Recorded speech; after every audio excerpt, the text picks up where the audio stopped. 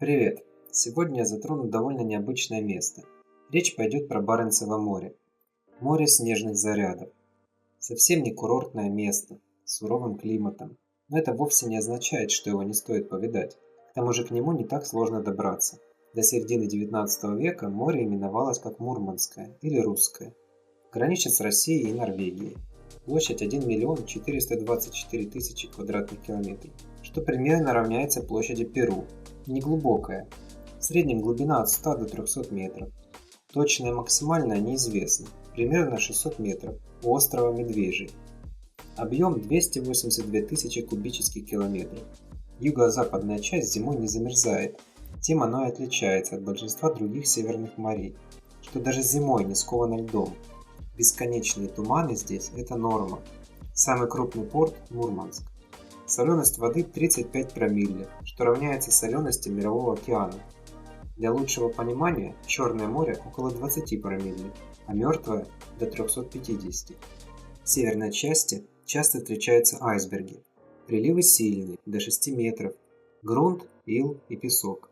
Шторма бывают довольно часто. Средняя температура зимой минус 15, летом плюс 6. Часто пасмурная погода. Осадка выпадает порядка 400 мм, что в общем-то немного. Среднегодовая температура воды 5-6 градусов.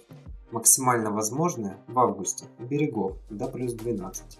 Море очень богато ценными видами рыб, особенно в наше время. Здесь обитают треска, рыбу так прозвали поморы, она при сушке издает треск. Пикша, сельдь, морской окунь, зубатка, камбала, палтус, налим, а также редкий нарвал и жуткий морской черт, он же удильщик, длиной до 2 метров и весом до 60 кг. Между прочим, в Японии считается деликатесом, популярен во Франции и Британии. Море богато бурыми водорослями.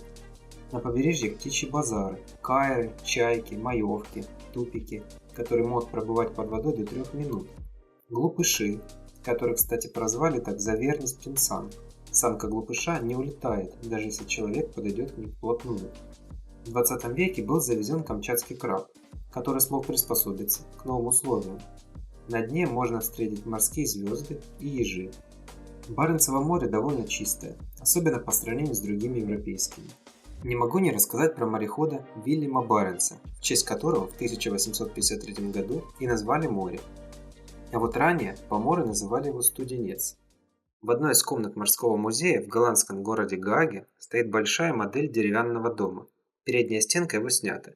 Посредине пола горит огонь. Несколько человек лежат у задней стены на нарах. Бревнам прибиты морские инструменты и висят часы. Рядом с ними флейта. Это обстановка дома, в котором зимовали участники экспедиции Баренца в 1597 году. Их было 17 человек.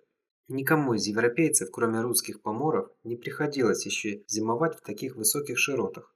Дом, который построили участники экспедиции, сойдя с затертого во льдах корабля, стоял почти на самой северной конечности Новой Земли. Прежде чем попасть в ледяной плен, Баренц и его спутники пересекли Северное море, открыли Шпицберген.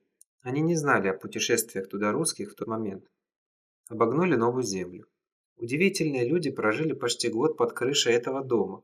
Холод, полярная ночь, цинга могут сломить любое мужество, но среди экипажа Баренца не было ни ссор, ни стычек.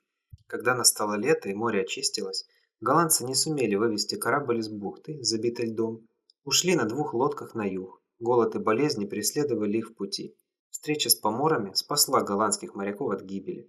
Получив от русских еду и разузнав путь, они добрались сначала до Колы, а затем с попутным кораблем вернулись на родину. Но когда украшенный флагами Амстердам встречал отважных путешественников, среди них уже не было Баренца. Знаменитый штурман умер в лодке по пути с Новой Земли. Это был молчаливый, спокойный человек. Долгой полярной ночью он любил играть на флейте. Крупнейшим островом, полностью омываемым Баренцевым морем, является Колгуев, площадью 3728 квадратных километров. Обитаемый. Постоянное население появилось в конце 18 века. Расположен в 80 километров от континента, от которого разделяет Поморский пролив. Климат субарктический. Здесь очень сыро. При этом осадков всего 300 мм в год.